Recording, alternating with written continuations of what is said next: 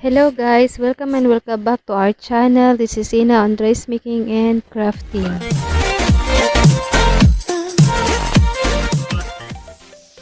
So this time guys, we will make a pattern for a Filipiniana sleeve.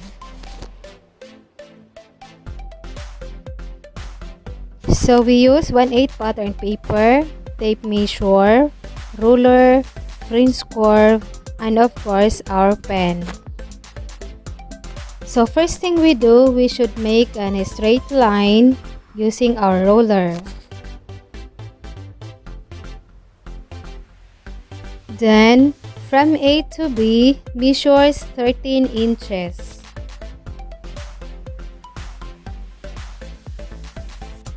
Then from B to the right, measures 9.5 inches. Then mark letter C. Then connect B to C with a straight line.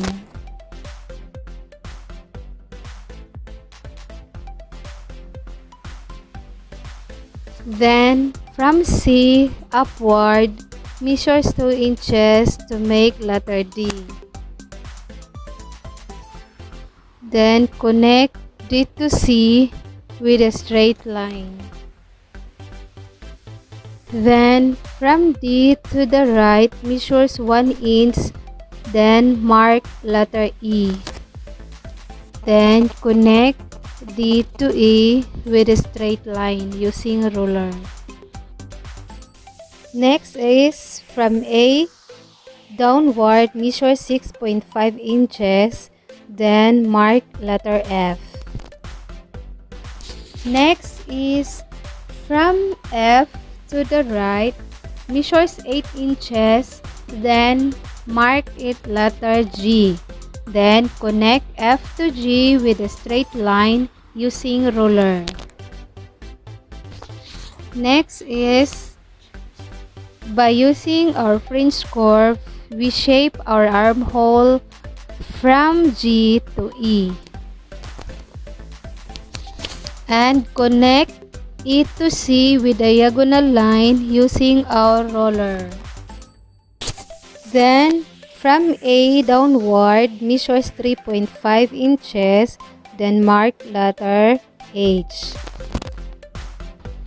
Next is from H to the right, measures 7 inches, mark letter I, then connect H to I with a straight line.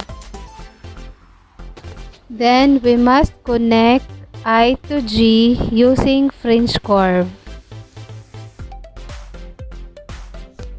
Then from A downward, measures 1 inch, then mark it letter J. Then from J to the right, measures 4.5 to make letter K. Then connect K to I and A to K using fringe curve.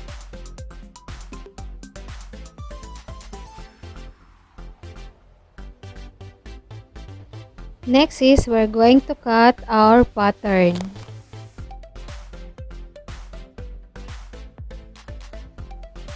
So this is the final pattern of our Filipiniana sleeve. Thank you for watching guys, and please look forward to our part 2. And don't forget to like and subscribe to this channel. God bless us. Bye!